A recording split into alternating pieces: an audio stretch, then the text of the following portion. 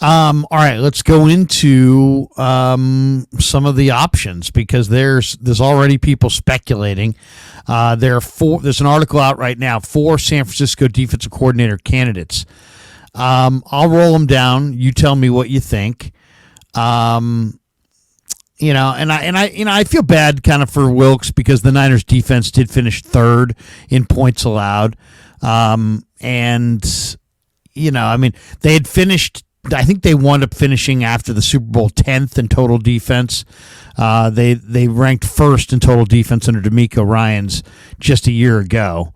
But they also, said goodbye to a lot of different players. I mean, they lost Aziz, they lost Emmanuel Mosley, they lost Jimmy Ward, they lost some really good run defenders. They lost Samson Ebukam. They added Hargrave, but they did lose some players along the way. It wasn't quite the same defense. And it was pretty clear that Shanahan was frustrated. I mean, he seemed visibly frustrated during the Super Bowl with some of the calls. And, at one point, didn't he call a timeout while they were on defense? That was the one. And he looked like he was sounding out somebody. And then there is talk that Shanahan was more involved in the defensive game planning in this Super Bowl than in past Super Bowls, or in this playoff run than in past playoff runs. All right, I'll throw you the names. Here's the first one they throw out: Chris Kasarik. To me, if Chris Kasarik was going to be promoted to defensive coordinator, why is Darryl Tapp leaving the 49ers to go to the Commanders to be the D-line coach there? If he could be the D-line coach here under Kasarik, who's going to be the DC, why would he leave here to go to the Commanders?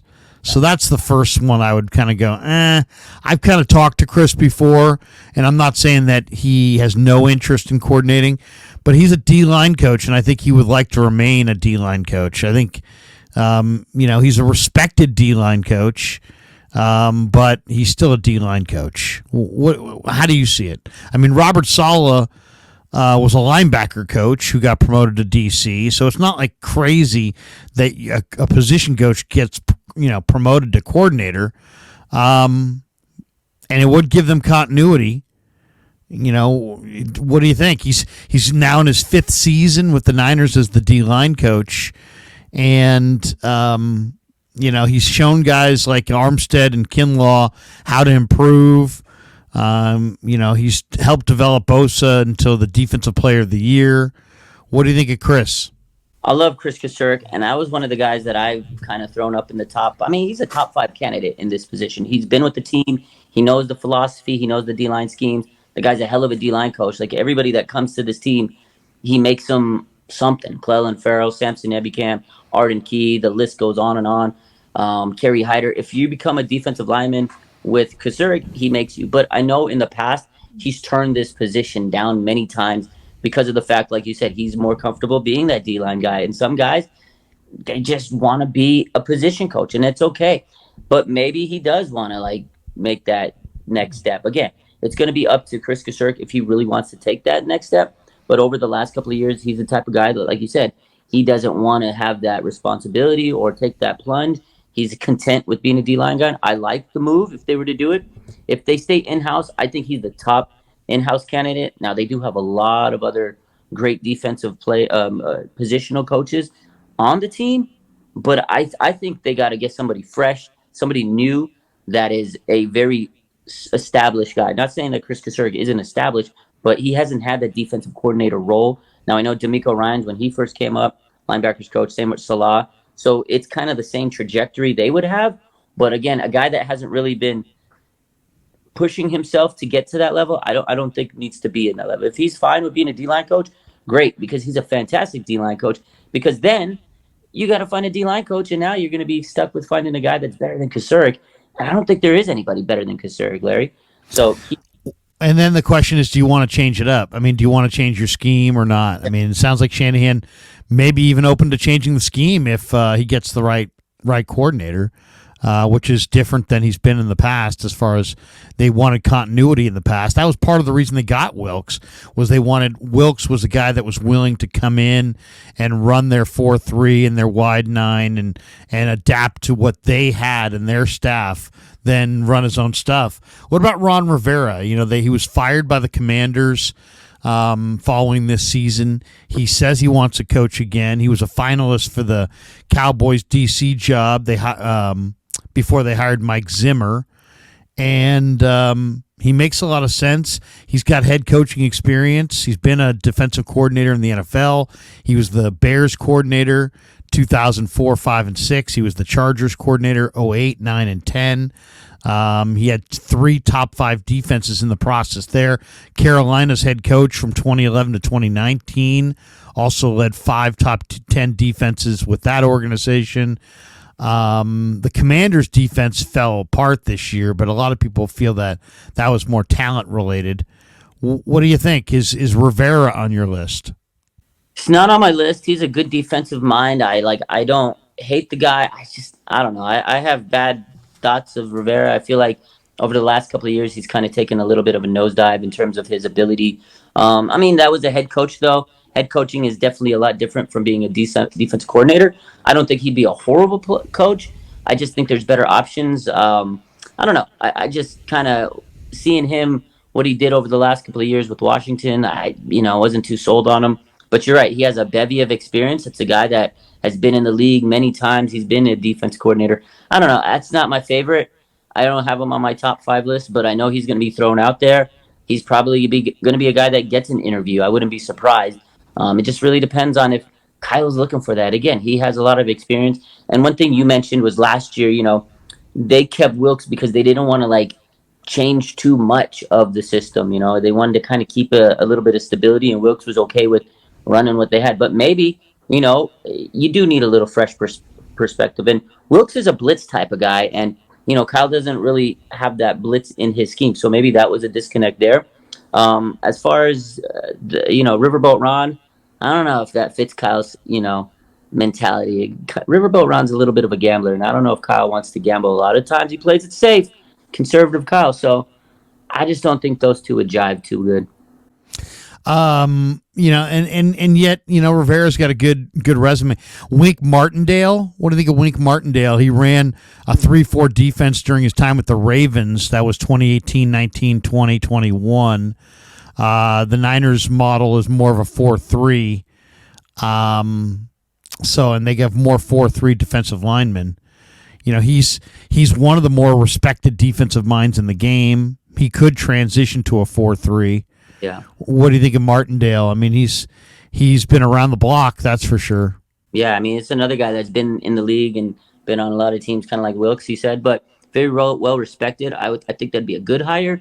Honestly, didn't even think of the guy until you said it, and I was like, oh wow, yeah, that's a good guy. He's been, a very successful coach. I wouldn't, I would take him over Riverboat Ron. Honestly, I would. But I got a guy that I want to throw out there, Pete Carroll. I know he was a head coach, the rival Seattle Seahawks. This guy was a defensive coordinator before for the 49ers way back in the day. Young Bucks may not remember.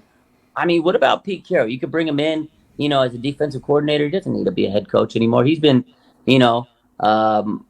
head coaching for years. You could bring him with Kyle, take down the NFC together. He can bring in Richard Sherman as a DB coach. I don't know. That to me would be a very intriguing hire to me. I like Pete Carroll over those guys. Well, he is a San Francisco native. He did go to Redwood High School in Marin. He grew up in Marin County. He's definitely the local guy. And you're right. He was the Niners. He's a Super Bowl winning head coach. He's also was the Niners DC once upon a time in 1995 and 1996. This is before he got his second head coaching gig. His first one came with the Jets. His second one came with the Pats in 97.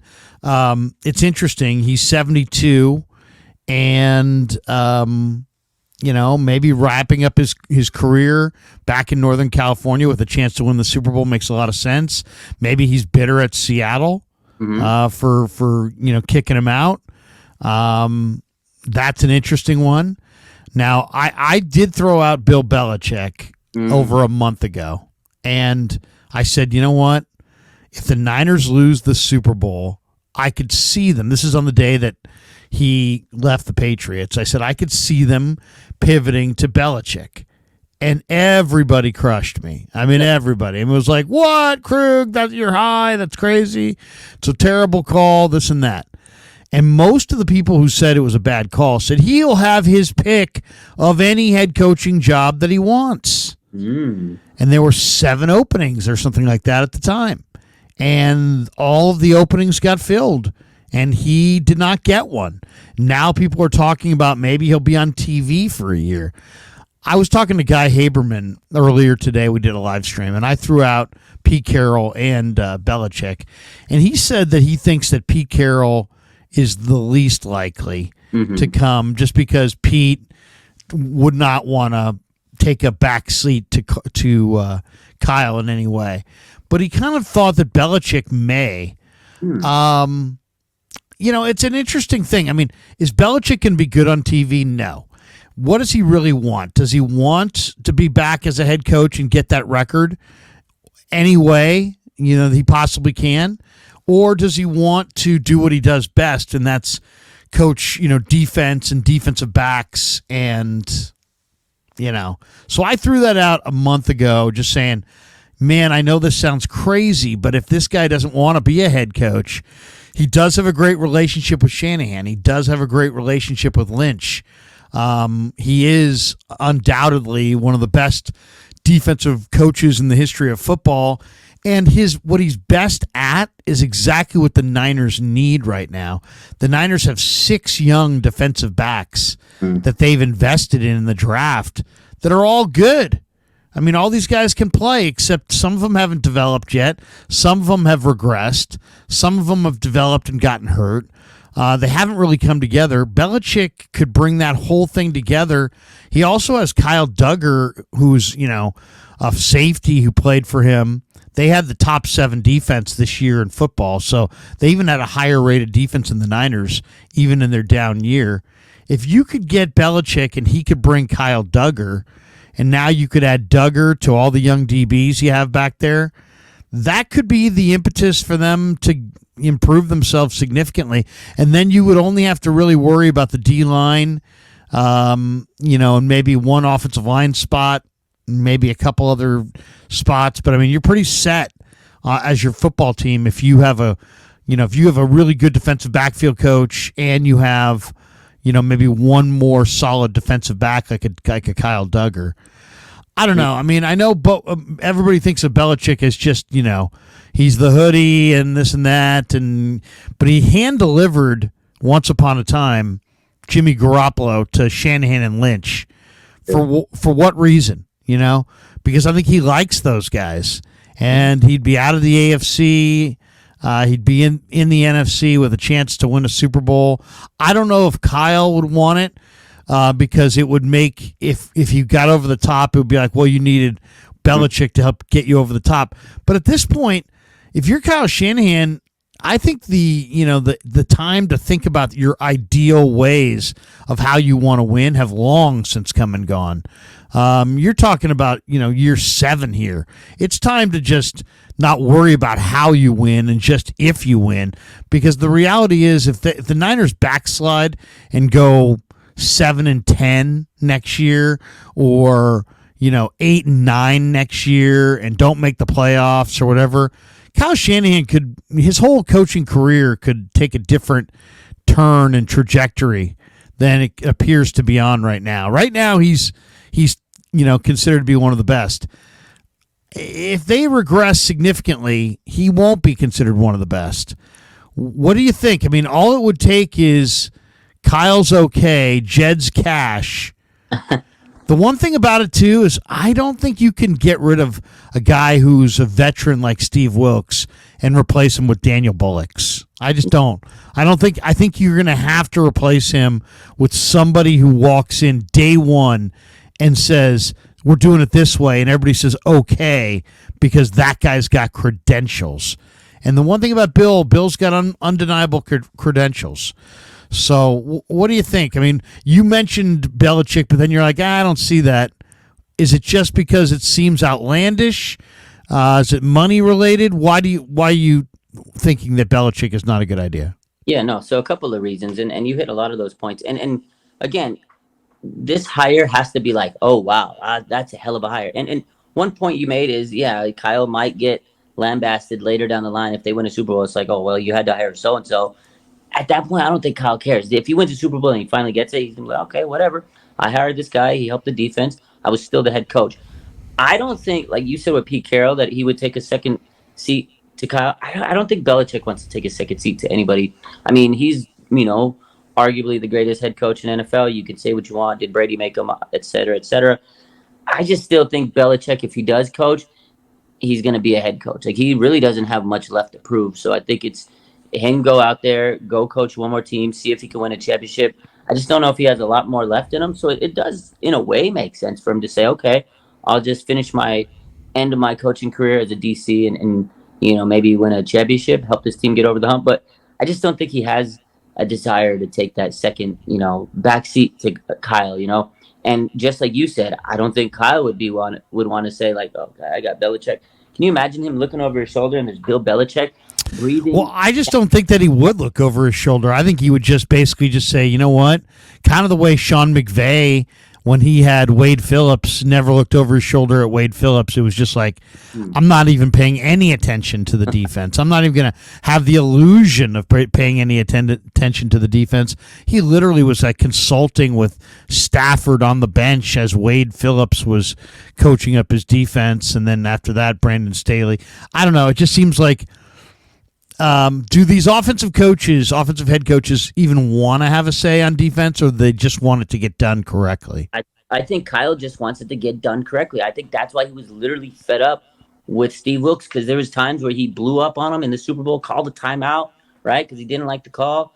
There was times where he had to have press. He said he's going to have a chat with Steve Wilkes through the season. All of a sudden, the next week, I think he was fed up because he wants it done a certain way. And yeah, maybe he won't really care, but in the grand scheme of things, we know Kyle will care. He kind of does have an ego, Larry, I think, and I don't think that it would jive well with him. And again, I think he'd be breathing down his neck. And if he does have an 8-9 season and he fails, what's to say that they won't say, okay, Belichick, you take over as head coach and show him what you can do? Because that to me is something in the back of Kyle's mind, I think, that lingers there. He wants to get this done and get this done the right way. I think that another guy that, obviously has been talked about a lot, Mike Vrabel, right? He didn't have a successful couple of years with the Titans, but he did have a few good years with them. I think, you know what? Maybe he takes a DC role, shows what he can do in terms of being a really great defensive coordinator again. With Kyle, let's say they win a championship, boom. He'll be back as the hottest ticket in the market as a head coach. I think Mike Vrabel, to me, makes so much sense. He comes in, Kyle knows he's going to get it done because he's from the Belichick camp. So if you want Belichick, I think this is the closest you're going to get to him. Mike Vrabel's guy, come in, win a championship. He knows he won't have to really coach or look over his shoulder for a guy like Wilkes, right? He was mad at him for not getting the job done or not doing it right. I don't think he has to even second guess Mike Vrabel. Come in, boom, win a title. Guess what? Mike Vrabel, you're now a head coach, and Kyle can go and hire whoever else he wants after that. Yeah, I mean, Vrabel makes a lot of sense. He's a former D lineman / linebacker. He worked with linebackers with the Buckeyes and with the Texans. He's got coordinator experience with the Texans. He's got head coaching experience. I don't know. He definitely looked for a head coaching opportunity in this last cycle. And what does he prefer? Does he prefer to be a defensive coordinator in a high profile situation, or take a year off? And then is there a power dynamic at all between him and Shanahan? Would Vrabel be given total control? Does he have to work within the Niners system? Does he get to bring his own system? I mean, that would be the question I would have. Rohan has an article out on Niners Nation, 7 candidates who could replace Wilkes. He's got some interesting ones here as well. He's like in-house secondary coach Daniel Bullocks. Bullocks has been on the Shanahan staff from season 1. He was an assistant DB coach, in 2017. He's been elevated. He's coached safeties. Now he's the secondary coach. I don't know, man. I think if you're going to replace Steve Wilkes, you need a bigger name than Daniel Bullocks. I mean, he's only 40. I don't know. He's a former player. He's played under D'Amico and Saleh. He's got, or I should say, he has working experience under those two defensive coordinators.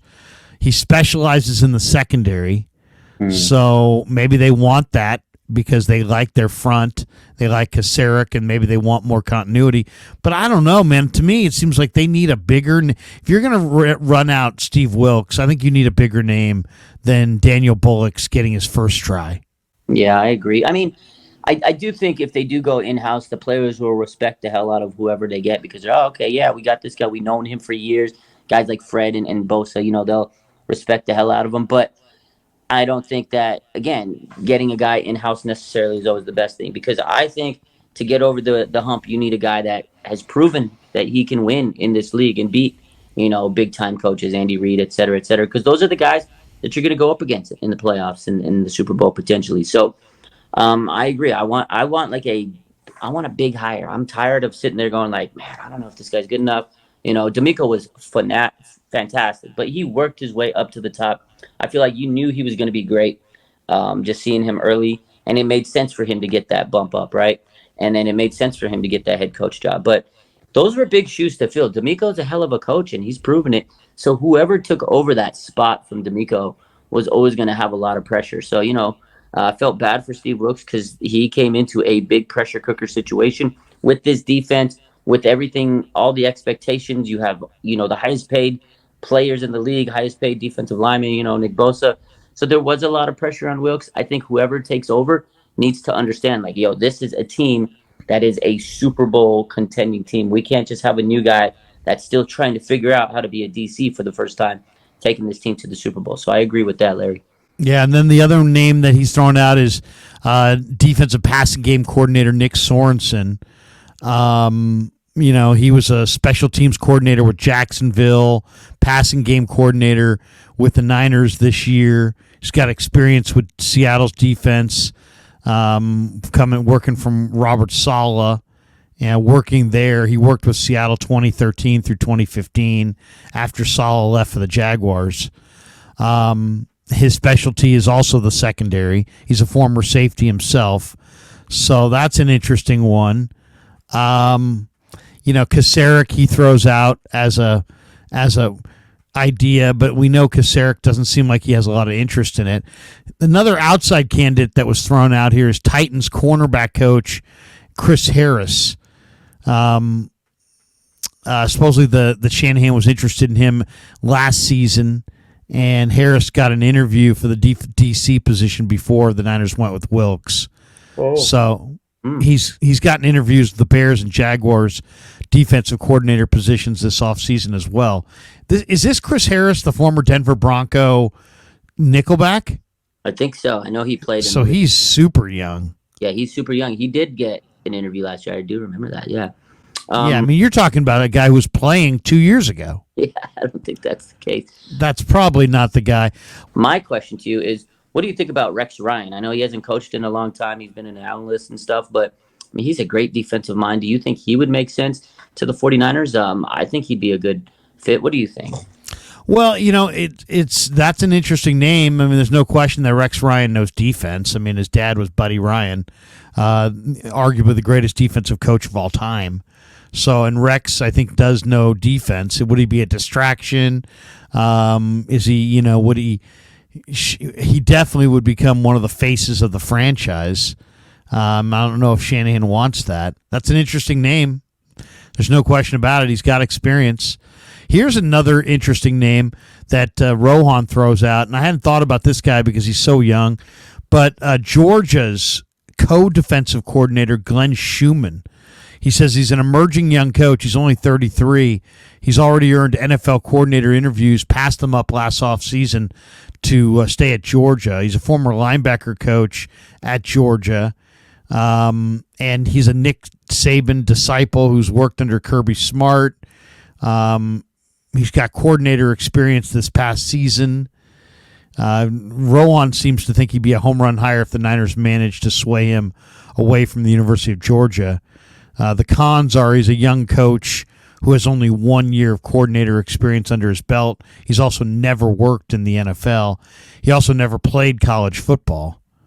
And Shanahan's, almost always gone for guys who have playing experience in the past. But that's an interesting one as far as a hot name on the defensive cycle or defensive circles in college. Another name he throws out is Chiefs linebacker coach Brendan Daly. The guy's won 6 Super Bowls over his career, 5-year assistant with the Chiefs. He was their D-line coach and run game coordinator 2019 through 2021, linebacker coach from 22 on. And then he worked with New England 2014, 15, and 16, 17, and 18, where he was basically the linebacker coach. He's been under Belichick and Spagnuolo for the last, number of years. He's never been a play caller, though. So that's interesting. But Brendan Day definitely has an impressive resume when you look at, coaching under Belichick, coaching under Spagnuolo, working with two of the more successful organizations in the NFL. I don't know. To me, that I threw out Belichick because to me, if you're going to get rid of Steve Wilkes, you have to bring a guy in day one that everybody, the players, the fans, the entire organization goes, oh, yeah. Mm-hmm. That guy's an upgrade. It can't be like, well, we'll have to see if he's an upgrade on Wilkes. I think it has to be more of like, oh, for sure this guy's an upgrade, like day one. That's why Vrabel, to me, makes a lot of sense if you're going with a younger coach because he's been a head coach. He's got that experience. But that's why Belichick's got the ultimate hire. And to me, it's also about check. It's like, are you willing to cut a big check? I mean, Jed, if you're going to get a guy like Bill Belichick to come here, you're going to have to give him head coach type money. He's not just coming here for the hell of it. I kind of wonder if Kyle's ready for just like, you know what? I don't care who it is or how it makes me look.